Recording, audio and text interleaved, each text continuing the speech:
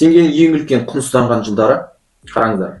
Мына график өте маңызды, өйткені бұл графикте біз доллар мен теңгенің арасындағы байланысты көре аламыз. Бұл графиктерде өскен, қатты өскен, яғни бар дейді ғой мына жерде. Соларды көріп отырып, 2009 жылы қараңыздар, 120-дан 150-ге көтерілген доллар. Яғни 25%-ке көтерілді деген сөз, доллар. Ал теңгеміз 25%-ке құнсызданды деген сөз. Ал 2014 жылға қарай 155-тен 185-ге құлайды. 20% көтерілу. 2015 жылы 188-ден 350-ге көтерілген жол. Бұны көп адам білет деген ойдамын. Жалпы біздің долларымыз 2 есе көтерілді, яғни доллар 2 есе көтерілді, ал теңгеміз 2 есе құнсызданып кеткен жол. Көп адамның есінде осы болу керек 2015 жылы. Одан кейінгі жылдарда қайталанған 2020 жылы, 2022 жылдары әрине барлық бұл құнсыздану дегенді енді басқаша экономикада қалай айтатын айтайық, ол девальвация деп атайды. Мүмкін естіген боларсыздар, мүмкін естімеген боларсыздар. Осы теңгенің басқа валюталарға қарағанда құнсыздануы девальвация. Бірақ біз үшін өте маңызды нәрсе, әрине теңге мен доллардың байланыс, осы девальвациясы өте маңызды. Бірақ сонымен қатар теңге мен рубльді айтсақ болады, теңге мен юаньді айтсақ болады. Жалпы теңге барлық валюталарға қарағанда құнсызданып келе жатқан валюталардың бірі деп айтсақ болады. Бірақ не үшін бұл құнсыздану қайта-қайта біздің мемлекетте бола береді? Неге бұны қайта-қайта жасай береді мемлекет? Сол бойынша да айтып өтетін боламыз осы видеода. Сондықтан бұл видео жалпы бүкіл қазақстандықтар үшін өте маңызды видео деп ойлаймын. Және бұл видеода айтылған ақпаратты барлықтарыңыз түсінулеріңіз керек. Және бойлардан өткізу дейді ғой, содан өткізіп алу керек. Қандай мемлекетте тұрып жатырмыз, қандай мүмкіндіктер бар, ол мүмкіндіктерді қалай қолдануымыз керек. Әрине оның барлығын осы видеода толық айтпаймыз, бірақ біз қазіргі осы видеода негізгі себептерді айтатын боламыз. Егер сіздер осы себептерді түсінсеңіздер, мүмкін ары қарай қалай жұмыс жасау керек екенін де өздеріңіз түсініп қаларсыздар. Бірақ кейінгі видеоларда мен бұл туралы толық айтып көрсететін боламын. Сондықтан ең бірінші нәрсе ол осы каналға тіркеліп алу, YouTube-ға тіркелу, Instagram-ға және TikTok менің страницаларыма тіркеліп алыңыздар. Енді девальвация не екенін айттық. Енді қараңыздар. Енді өздеріңіз ойлаңыздар, сол кезде 150 болатын болса, қазіргі өзі 500-ден асып кеткен. Осының барлығы енді құнсызданған теңгені көреміз, өскен долларды көреміз. Енді оның ең бірінші жылы Қазақстандағы ең ірі девальвация негізі одан да ерте болған. Бұл графиктен оны толық көре алмадық біз. Бірақ Қазақстандағы ең ірі девальвация ол 1999 жылы болған. Ол девальвацияға кім қалай әсер еткенін айтатын болсақ, ол 1998 жылы Ресейде болған дефолтқа тікелей байланысты. Яғни Ресей мемлекеті 1998 жылы өздеріне дефолт жариялайды. Дефолт не үшін жариялайды?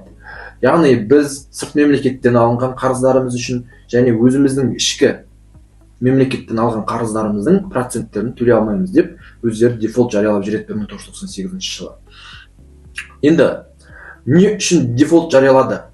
Бұл енді осы тарих айтқанда история, ол бүкіл девальвацияның мән мағынасын ашып береді. Ол 1998 жылы Ресейде болған девальвация ол кәдімгі Қазақстанға қатты әсер еткен. Енді сіздер қазір графиктерден де көресіздер, жалпы біз Ресейге өте қатты тығыз мемлекетпіз, тығыз қарым-қатынастағы. Сондықтан ол жақтағы девальвация, ол жақтағы дефолт бізге өте қатты әсер етеді.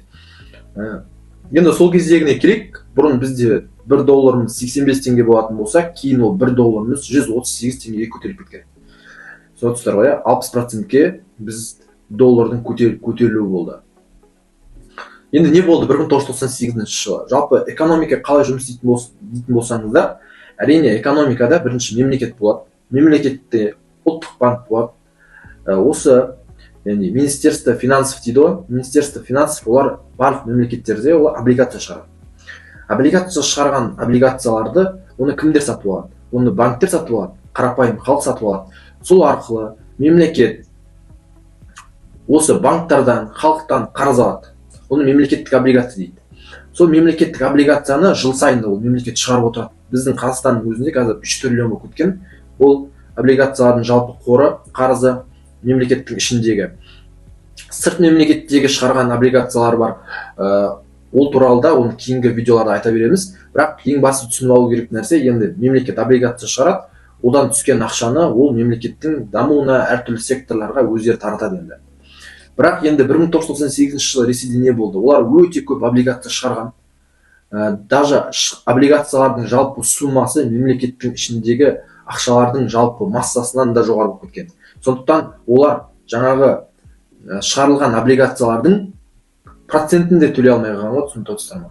Мысалы, жалпы шығаратын болса, жылына 15% рубльмен берем дейтін болса, біздің Қазақстанда қазір білесіздер, мемлекеттік облигациялар ол примерно сондай уровенде 15% пен 20% аралығында бізде мемлекеттік облигациялар бар. Оларды егер мемлекет сол 15%-ін төлей алмайтындай жағдайға жеткен 1998 жылы Россияда.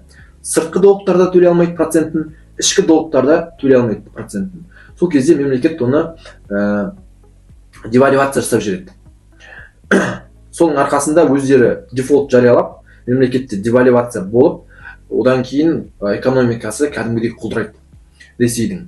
Ол 1998 жылы бізге әсер етеді. Сол кезде біздің экспорттың құлдырауы болады. Өйткені сырт мемлекеттермен қарым-қатынас жасау үшін біз ол мемлекеттерге не істейміз? Товар тасымалдаймыз, оның барлығы экспорт бізде. Сол экспорт енді құлдырағаннан кейін біздің долларымыз автоматты түрде сол кезде өсіп кетеді. Енді бұл девальвацияның бір түрі. Енді қараңыздар, жалпы девальвация дегенді түсінген кезде бірақ нәрсені түсіну керек. Егер бізге мемлекетке көп доллар кіретін болса, сосын көп доллар шығу керек. Көп доллар кіретін болса, қалай кіргіземіз көп долларды? Тек экспорт жасау арқылы. Ал көп долларды қалай шығарамыз? Егер біздің мемлекеттен импорт көп болатын болса. Яғни импорт деген сырт мемлекеттерден товар әкелеміз Қазақстанға, экспорт деген сырт мемлекетке біз товар сатамыз. Осы екі нәрсе, импорт пен экспорт біздің Қазақстандағы осы валютаға тікелей әсер ететін ең бірінші себеп осы болып табылады. Енді ары қарай қарайық. Бізде одан кейін 2009 жылы болды. Енді бұл әлемдік қаржы дағдарысы болды. Оны Америкада басталды, өздеріңіз білетін шығарсыздар. Бұл кезде ипотекалық дағдарыс болды. Мұнай бағасы сол кезде бүкіл нарықтар барлығы әлсіреді, жабылды. Соның әсерінен мұнай бағасы бізде құлады. Құлағаннан кейін әрине мемлекетке өте аз мөлшерде ақша түседі. Соның әсерінен бізде девальвация жариялап жүреді. Девальвация яғни теңгені құнсыздандырады. Сол кезде біздің 1 долларымыз 120 теңге болған, кейін оны 150 теңгеге дейін көтеріледі. Енді қараңыздар, жалпы не үшін қазір 1-2 жылда айтып өтейік, 2014 жыл мен 2015 жыл айтып өтейік. Одан кейін біз не себептен мемлекет девальвация жасайтын, теңгені құнсыздандыратынына соны айтып өтетін боламыз. Себебін айтып өтетін боламыз. Енді 2014 жылға келейік, ақпан девальвациясы деп атайды. Ресей рубльдің құлауы келіп, бұл кезде импорт пен экспорт теңгерімінің бұзылуы. Сол кезде 1 долларымыз 155 теңге болған, кейін 1 долларымыз 185 теңге болған. Бұл кездерде енді долларымыз 20%-ке өсіп отыр, теңгеміз 20%-ке құлдырап отыр деген сөз. Енді бұл жерде айтып өтетін нәрсе, сіздер мүмкін білесіздер, қазір өздеріңіз мына мүмкін графикте шығып қалады. Графикке қарайтын болсаңыздар, 2014 жылы теңге мен рубльдің арасындағы байланыс 1 рубльіміз 3 теңге, 2,87 теңге сондай болған. Ол не деген сөз? 2,87 деген 1 рубльге егер 2,87 теңгеден келетін болатын болса, Ресей мемлекетіндегі товарлардың, яғни ояқтан бізге импорт келеді ғой. Сол келетін импорттардың бағасы арзандап келеді. Сондықтан көп біздің Қазақстанда инвесторлар болсын, халық болатын болсын, Ресейге ағылады. Ресейде өткен товар арзан болады да, ол арзан товарларды біздің Қазақстанға алып келеді. Соның әсерінен, яғни ол товарлардың барлығы осы рубль мен теңгемен байланысты болғаннан кейін, мына жерде жазылып тұр ғой, импорт пен экспорттың теңгерімі бұзылып қалады. Соның әсерінен біз тағы да девальвация жасап жүреміз, яғни теңгені құнсыздандырамыз. Сол арқылы біз экономиканы сақтап қаламыз. Өйткені өздеріңіз ойлаңыздар, егер бізге Ресей мемлекетінен товарларды сатып алып келу бізге тиімді болатын болса, біздің мемлекеттегі товарлар ол кезде сатылмай қалады. Осы жерде мәселе. Біздің мемлекеттегі товарлар сатылмай қалады. Бізге лучше біздің мемлекеттегі товарларды алғанша Ресейдегі келген товарларды сатып алған дұрыс. Өйткені олардың бағасы арзан болып көрінеді бізге. Осы кезде импорт пен экспорттың теңгерімі бұзылады. Соның әсерінен біз девальвация теңгені құнсыздандыру арқылы бұл нәрсені реттеп аламыз. Енді бұл мемлекеттің жалпы стратегиясы деп айтсақ болады. Осылай жасау. Оны тағы айтамыз. Енді 2015 жылы ең ауыр девальвация болады. Енді себептің бірі мұнай бағасының $30 дейін түсіп кетуі. Әрине біздің мемлекет шикізат өндіретін мемлекет болғаннан кейін, Ресей де шикізат өндіретін мемлекет болғаннан кейін, бізге осы мұнайдан келетін табыс өте қатты маңызды. Оны барлық жаңалықтардан да, барлық осы әлеуметтік желілерден де, барлық жерлерден айтып жүр, өздеріңіз білесіздер. Доллардың, мұнайдың бағасы түсетін болса, бірден біздің мемлекетке тапшылық пайда болады. Бірден біздің мемлекетте инфляция көтеріледі. Біздің мемлекетте девальвация болады, теңге құнсызданады. Сондықтан бүкіл нәрсені айналатын нәрсенің барлығы осы мұнайға кептіріледі. Ал мұнай бізге доллармен ең көп ақша алып келетін шикізаттың көзі болып табылады. Жаңа басында айтып өттік қой. Девальвация ол мемлекетке келетін, мемлекеттің ішіне кіретін доллардың көлеміне байланысты. Сосын біздің мемлекеттен шығатын доллардың көлеміне байланысты. Осы екі нәрсе. Енді ойлаңыздар, бізде мұнай бағасы төмендеп кететін болса, бүкіл әлемдік рынокта мұнай, яғни $30 дейін түсті деп есептейікші. Сол кезде біз мұнайды қанша сатсақ та, қанша көлемде көтеріп сатсақ та, біз одан үлкен прибыль таба алмаймыз. Ол табылған прибыль біздің мемлекетте доллар есебінде кіреді. Сондықтан біздің мемлекеттің ішіндегі доллардың массасы артады. Соның арқасында біздің доллар мен теңгенің арасындағы байланыс ұсталып тұрады. Қарапайым мысал келтірсек болады, даже сіздер юаньды алатын болсаңыздар, юань мен долларды қараңыздар. Олардың арасында вообще өзгеріс болмайды ол жерде. Өйткені неге? Өйткені Қытай басқа мемлекеттерге өте көп өз товарларын экспортқа жасайды. Экспорт жасайды, ол товарлардың барлығы ол мемлекетке, Қытайдың мемлекетіне доллар ретінде келеді. Сондықтан доллар мен юаньның бағасы өзгермейді. Ал біз, Россия, біз сияқты шикізатқа байланған мемлекеттердің барлығында ол жерде мұнай бағасына тікелей тәуелді болғандықтан біздің валютамызда бір өсіп, бір көтеріліп, бір өсіп, бір көтеріліп отырады. Көбінесе негізі өсіп отырады. Енді 2015 жылы не болды? Ең ірі девальвация болады. Яғни сол кезде долларды ұстап тұру үшін ұлттық банк біздің қазынамызда енді белгілі бір мөлшерде доллар ұстап отырады, олар миллиардтаған доллар ұстап отырады негізі. Соны ұстап қалу үшін мемлекеттің ішіне олар өздері доллар сата бастайды. Біздің халыққа сатады, банкқа сатады, сөйтіп сата бастайды. Өйткені халық көреді ана нәрсені, доллар қатты көтеріліп бара жатқанын. Сондықтан аямай халықта доллар сатып ала бастайды. Ал оның барлығы мемлекет өзі ішіндегі қорынан сатып отырады. Сол арқылы баланста ұстап отырады, мемлекеттің ішіндегі доллардың мөлшерін. Бірақ ол кезде осы бүкіл қазынадағы доллардың барлығын жұмсап тастаған ғой, түсініп отырсыздар ғой. Өйткені мұнайдан мұндай қатты прибыль келмеген. Сондықтан валютаны ұстап қалу үшін ұлттық банк жалпы біздің қазынамыздағы бүкіл ақша осы валютаны ұстап қалу үшін, арасындағы байланыс ұстап қалу үшін бүкіл ақшаларын жұмсап тастайды. Бірақ ол ақшаның өзі жеткіліксіз болады, өздеріңіз ойлаңыздар. Жеткіліксіз болады. Сондықтан бас тартады, ананы ұстап қалудан бас тартып, толық жібере салады. Еркін бағам дейді оны. Или свободное плавание деп атайды. Еркін бағамға жібереді. Сол кезде сіздерде автоматты түрде біздің долларымыз көтеріледі, Қазақстандағы теңгеміз автоматты түрде құнсызданады. Және 2015 жыл бұл ең ірі девальвация болған Қазақстанда. Оны жаңа графиктен де көрдіңіздер толық түрде. Енді қараңыздар, нақты себептерін айтып өтейік. Ол біріншісі әрине экспорт пен импорт. Біздің Қазақстаннан қанша товар басқа мемлекетке сатамыз? Ол бірінші нәрсе. Біз қаншалықты біздің мемлекет көп товарын басқа мемлекеттерге саталса, соншалықты біздің мемлекетке доллармен көп ақша түседі. Сол кезде ғана біз валютаны ұстап отыра аламыз. Мұнай сатамыз ба, газ сатамыз ба, өздеріміздің продукттарымызды жасап сатамыз ба. Осы нәрсе біздің 30 жыл, өзі тәуелсіздік алғанымызға 30 жылдың ішінде әлі біз шикізат өндіретін мемлекет қана болып келе жатырмыз. Біз продукт шығаратын мемлекетке әлі көшкен жоқпыз. Әрине жоспарланып жатыр, бірақ әлі ол толық жүзеге аспаған. Сондықтан біз көп мөлшерде басқа мемлекеттерге басқа продукт сатпаймыз. Сондықтан біздің көп бөлігіміз, девальвация, валютамыз ол мұнайға тікелей тәуелді. Сондықтан бірінші нәрсе импорт пен экспорт. Екінші нәрсе ол осал экономика, сыртқы шоктарға байланысты осал экономика. Өйткені біз Қытай мен Россиямен тығыз қарым-қатынаста болғаннан кейін, ол мемлекеттен көп товар алып, көп товар сату жүйесі болғаннан кейін, ол мемлекеттерде бірдеңе болса, ол біздің валютамызға тікелей әсер етеді. Мысалы, өздеріңіз білесіздер, осы Қытай мен Украина арасындағы қақтығыс кезінде біздің валютамыз ол кезде де көтерілген. Өйткені сондай жағдайлардың кезінде мынау экспорт пен импорттың арасындағы байланыс ол бұзылады. Ол кезде бізден Ресей көп товар сатып алуы мүмкін, немесе вообще сатып алмауы мүмкін. Егер вообще сатып алмайтын болса, онда біздің мемлекетке көп ақша түспейді деген сөз. Дәл солай, егер мысалы Қытайда бірдеңе болатын болса, Қытай мен біздің мемлекеттің арасында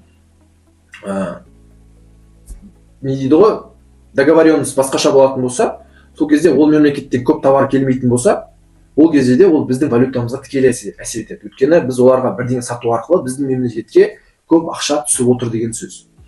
Осы нәрсені түсініп алайық. Яғни ең басты себептері импорт пен экспорт, осы мұнай, экономикалық қарым-қатынас, осы нәрселердің барлығы Қазақстандағы теңгенің басқа валюталармен салыстырғандағы жағдайын көрсетеді. Енді айтып өтетін нәрсе, не үшін? Енді одан кейінгі жылдары болған девальвациялар да болды. 2020 жылы ковидті білесіздер. Ол кезде де мұнай бағасы нөлге түскен кез. Сол кезде де бір көтерілді. Одан кейін 2022 жылы геосаяси шок болды Ресей Украина арасында қақтығыс кезінде. Одан кейінгі жағдайларда қазір айналамызда болып жатқан барлық процестер осы біздің валютамызға тікелей әсер етіп жатыр.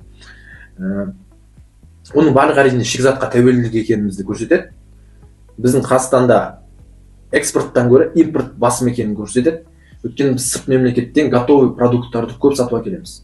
Егер ол готовый продукттарды өзіміздің мемлекетіміздің ішінде шығара алатын болсақ, оны біздің халық тұтынатын болса, онда бұл нәрсені біраз шешуге болатын еді. Бірақ әлі ол нәрсе шешілген жоқ. Енді алдағы уақытта шешіледі деген ойдамыз. Сосын сыртқы, жаңа айтып өттік қой, сыртқы экономикалық байланыстарға тікелей тәуелді мемлекет болып табыламыз. Енді ең басты нәрсе, не үшін мемлекет бұл девальвацияны жариялап отырады, құнсыздандырып отырады теңгені. Оны айту үшін мен сіздерге мына нәрсені айтайын. Мысалы, мемлекетте белгілі бір көлемде мұнай өндіреді деп есептейік. Ол мұнай өндіргеннен біз $1 миллиард біздің мемлекетке келді деп есептеңіздер. Енді егер біздің курсымыз 450 болатын болса, яғни $1 450 теңге болатын болса, жаңағы $1 миллиард 450-ге көбейтесіздер. Сол кезде біздің мемлекетке теңгемен 450 миллиард теңге түседі. Егер оны курсты біз 550-ге көтеретін болсақ, өздеріңіз ойлаңыздар, $1 550 теңге көтерілетін болса, онда біздің мемлекетке 550 миллиард теңгемен ақша түседі. Сондықтан, егер біздің мемлекетіміз $1-ды 1000-ға көтеріп тастайтын болса, мысалы, $1 1000 теңге болатын болса, егер жалпы мұнайдан 1 миллиард теңге түсетін болса, онда 1 триллион теңге біздің мемлекетке ақша түседі деген сөз. Просто осы валютаны көтеріп түсірудің арқасында жаңағы теңгемен түсетін ақшаны мемлекет просто көбейтіп отыр. Енді бұл мемлекет үшін әрине пайдалы. Өйткені көріп отырсыздар, валютаны көтерген сайын мемлекетке мұнайдан көп ақша түседі. Ал қарапайым халыққа қалай әсер етеді бұл нәрсе? Қалай ойлайсыздар? Сіздерде егер ойларыңыз болса, әрине комментарийге жазып кетіңіздер. Қарапайым халыққа басқаша әсер етеді. Әрине біз валютамыз көтерген сайын қарапайым халық кедейлене береді жыл сайын. Оны қалай көреміз? Өйткені біз кедейлене береміз, өйткені доллар мен жаңағы теңгенің арасындағы байланыс ары қарай кете берген сайын біз уже басқа мемлекеттерге шыға алмай қаламыз, басқа мемлекеттерге қыдыра алмай қаламыз. Қыдыра алсақ, оны барлық адам ғана жасай алмайды ол нәрсені, тек қана белгілі бір бөліктегі массалар адамдар ғана олай жасай алады. Енді екінші нәрсе, бұл жерде айтып кететін нәрсе. Яғни егер девальвация жасайтын болса мемлекет, девальвация жасаған кезде мемлекетте, ол кезде сырт мемлекеттен келетін, жаңа айттық қой, импорт бар ғой бізде. Қытайдан келетін заттар бар, Россиядан келетін заттар бар, Европадан келетін заттар бар. Оның барлығы, мысалы, біз қандай товарларды көбіне сатып аламыз? Ол электроника, бүкіл телевизор болсын, телефондарыңыз болсын, бүкіл техника болсын, оның барлығы сырт мемлекеттерден келеді. Олардың бағасы әрине автоматты түрде көтеріледі. Түсінесіздер ғой, ол автоматты түрде, өйткені жаңағы олар бізге доллармен сатады ғой. Ал оны біз теңгемен сатып аламыз. Осы арасындағы балансты реттеу үшін олар да өздерінің бағасын көтеріледі. Біздің ішкі мемлекетте көтеріледі, ол мемлекетте көтерілмейді әрине. Ол мемлекетте көтерілмейді, тек біздің Қазақстан ішінде көтеріледі. Сондықтан біздегі электроника болсын, дәрі-дәрмек, тағы көп тұтынатын заттарымыз бар, сырт мемлекеттерден келетін тауарлар. Солардың бағасы автомат түрде көтеріледі. Соның әсерінен осы валютамыздағы девальвация, инфляцияға тікелей әсер етеді. Ал инфляция ол біздегі азық-түліктердің бағалары автомат түрде көтерілу деген сөз. Соның әсерінен енді біздің ақшамыз жыл сайын құнсызданып жатса, әрине біз халық кедейлене береді. Бұл негізгі біздің себептеріміз девальвацияда. Мемлекет үшін пайдалы, халық үшін әрине пайдасыз. Әрине мемлекет осы халықтағы бүкіл адамзатты, халықты қамтамасыз ету үшін осындай іс-әрекеттерге жасайды мемлекет. Енді бұл жаман дейтін болсақ та дұрыс емес, жақсы дейтін болсақ та дұрыс емес. Өйткені мемлекеттің басты мақсаты ол ішіндегі халықтың жағдайын өсіру. Ең бастысы үлкен жаңағы бірден резко көтеріп, резко түсірмеу, шок создавать етпеу мемлекеттің ішінде. Сондықтан осылай жайлап біздің долларымызды көтеріп отыру арқылы бұл мәселелерді шешіп отырады. Әрине осы көтеріп отырған ішінде біздің экономикамыз дайындаса, көп өндіріс орындары ашылса Қазақстанда, ол өндіріс орындары сырт мемлекеттерге өз тауарларын сатай алатындай жағдайға жететін болсақ, әрине бұл нәрсе қайтып біздің валютамыз қайтып төмен қарай кетеді деген сөз.